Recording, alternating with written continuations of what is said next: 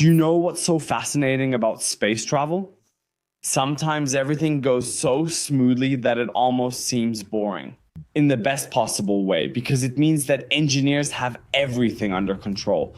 And that's exactly what happened with Starship Flight 11, a mega success that brings Block 2 to a worthy close and leaves us hungry for more. On the 13th October 2025 at 6:23 p.m. Central Time, Starship lifted off from Starbase in Texas. And what followed was a fireworks display of data and breathtaking images that show us how close we are to reusable spacecraft.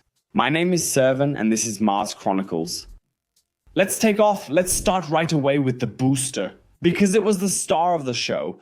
Booster 15-2, which was already used in Flight 8.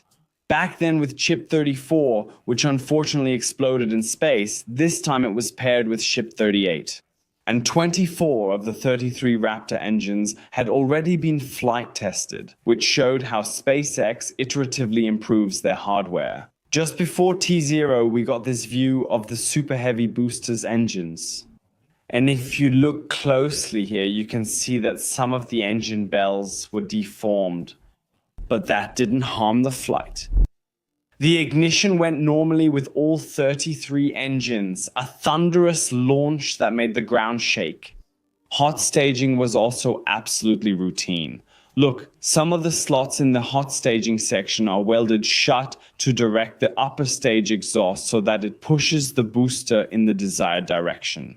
And then that moment when the engines ignite again, a great sight, pure engineering artistry. Something interesting happened during the boost back burn. One engine of the center core didn't ignite, but the boost back still worked without any problems. The entry angle was the same as in Flight 10, which gives us valuable comparative data. And during the landing burn, all 13 planned engines of the center and the middle core fired up, including the one that was missing during the boost back. We went down from 8 and we got to see this unique configuration. The central 3+2 additional ones from the middle ring, specially developed for the next generation. That brought the booster to a complete hover before all engines shut down. It fell the last few meters into the water, crashed, and exploded. It was deliberately set so high so that it would sink immediately and not have to be sunk later. Many people are wondering why they didn't catch the booster. It's simple, to avoid endangering the rest of the launch pad infrastructure. For a booster they won't use anymore anyway, since Block 2 is being phased out. That way, they could still explode, conduct experiments without any risk. Take a look at this tracking shot of the booster as it comes back. The hot stage ring is drifting beautifully alongside. At just under 50 kilometers altitude, the grid fins start working and guide the booster precisely to the designated landing zone in the Gulf of Mexico. Here you can clearly see how the booster maneuvers away from the ring. And once again, the space between the 33 Raptors glows before the engines ignite.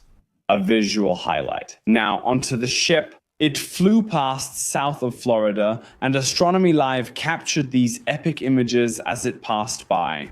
Scott Manley synchronized the video with the animation of the engines. An incredible spectacle when a few seconds later, the sea-level optimized engines. And that's just beautiful. Once in orbit, the ship vented the remaining fuel from the main tanks, because only the contents of the header tanks are needed for landing. There was just enough left for the in-space Raptor relight demo. Shortly after the 11-minute mark, the sun set, breathtaking images. By the way, if you like getting news like this and other space updates delivered straight to your inbox, sign up now for the Mars Chronicles newsletter for free at the Mars Chronicles link below in the description. After the 16-minute mark, the payload bay door slowly opened. We got this view from outside of the door. It was very dark because we were on the night side of the Earth, with thunderstorms in the background. The highest point of the parabola was just over 190 kilometers. Just before 38 minutes, 2 sea-level optimized Raptors moved aside, and the third ignited successfully for a few seconds. All engines swung back to the neutral position. In the stream, Thorsten and I were asked what the glowing things at 38 minutes and 40 seconds are. Those must be turned gases that interact with the extremely thin atmosphere due to the high speed, ionize, and glow. A cool effect. At the beginning of Reentry, Starship maximized its cross-sectional area and entered almost perpendicular to the Earth's surface. But to generate lift, it became increasingly parallel. The control authority of the flaps is incredibly strong. I wouldn't be surprised if they make them even smaller. In the final phase, the ship still looked to be in very good condition. Some tiles were missing, a few fell off, but despite intentional gaps, it survived re-entry. Even more importantly, it managed the belly flop with flip and burn and landed softly in the Indian Ocean. Check out these cool pictures. Just before landing, you could see the orange buoys waiting and filming from the ship's perspective. The fact that the ship landed so close to the buoy shows how precise they are. After the soft splashdown, it tipped over, slammed onto the surface, and exploded. Here, a few Corp-V are still flying through the air. The 8 Starlink simulators were deployed as planned, smoother than on Flight 10. Nothing hit the edge. After that, the in-space Raptor relight, the third one overall, which proves that the ship can deorbit on its own. After the hottest phase, there was an active control maneuver that SpaceX calls the banking maneuver to simulate the catch by the tower. The ship flew a loop to align itself, clearly visible from the ship's perspective, and later from the drone's perspective. We got drone shots from the open sea and hoped for the live landing approach, but we only received these images from SpaceX a few hours later. The last minute? Melaflop, Swiss operator 2020. Unbelievable. If we look closely, it looks like the chip is turning out of holes that shouldn't even exist.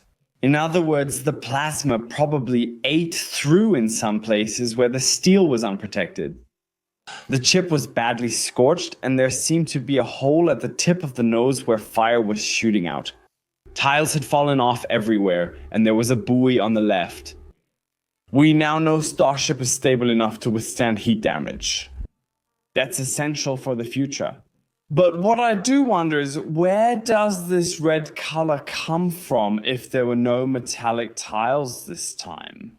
Write a theory in the comments. In this before and after photo, you can see where tiles were missing and what those spots look like now. It definitely took a toll on the chip, keep that in mind. It's supposed to withstand that several times a day without major repairs. They showed their high-tech tile bakery on the stream. At full capacity, it produces several thousand tiles a day. This time, no experiments with metallic tiles, which caused the orange color during Flight 10. Instead, more tiles were removed and felt was placed under and between the tiles for vibrations and heat. Some extra tiles were installed on the backs of the control surfaces for mounting tests. On the nose tip, some tiles were glued, not pinned. All of this is preparing SpaceX to build an entire fleet of Starships that will shuttle between Mars and other places in our solar system. Now the focus is shifting to Block 3. Now, Block 3 introduces male and female Starships. A Block 3 ship segment was spotted at Starbase on its way to the Mega Bay for stacking, with docking devices for refueling in orbit. That's probably the ship that will be the first to launch from Pad 2. The first Block 3 flight will be pretty much a repeat of Flights 11 and 12. If everything goes well there, the second flight could already try to catch both the booster and the ship.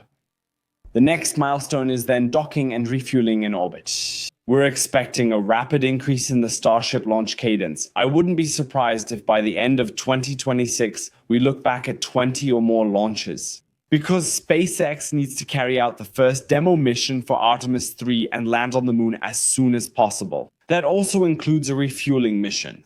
And the first operational Starlink V3 satellites will probably expand SpaceX's ability to offer seamless, low-latency broadband internet worldwide. And soon, making phone calls everywhere as well. All of this is supposed to be tested for the first time as early as 2026. SpaceX isn't paying me for these statements, but it's really impressive what they've managed to accomplish here. But what I do get paid for is when I mention our shop, Planet Pioneers, where some really cool designs are waiting for you. With Block 3, the booster gets a huge fuel-down chamber that's bigger than a Falcon 9 booster. That's actually a separate tank within the tank that reduces sloshing and unwanted effects during rapid fluid flow. The hot stage ring is permanently integrated, no more throwing it away. The front dome of the booster is equipped with extra steel layers to withstand the hellfire during separation. Another Block 3 booster innovation is using 3 grid fins instead of 4, with each fin 50% larger than Block 2's. Block 3 integrates the catch pins into the grid fins, which means the boosters basically land on the grid fins. The heart of Block 3 is the new Raptor 3 engines, which not only provide more thrust, but also achieve higher efficiency. And with that, the total performance of the system is raised to a new high of 10,000 tons. That's 3 times as much as the Saturn V. But what's the point of all this? Well, Starlink V3 is going to be absolutely gigantic with a constellation that provides ultra-fast internet worldwide, Starlink. Take a look at this graphic that shows the evolution of satellites. And as already mentioned, for the Moon and Mars, but also for low Earth orbit. But we're not going to talk about the business model now. I've discussed that in detail in a separate video. It's linked below and in the credits, but we still need to discuss a new development.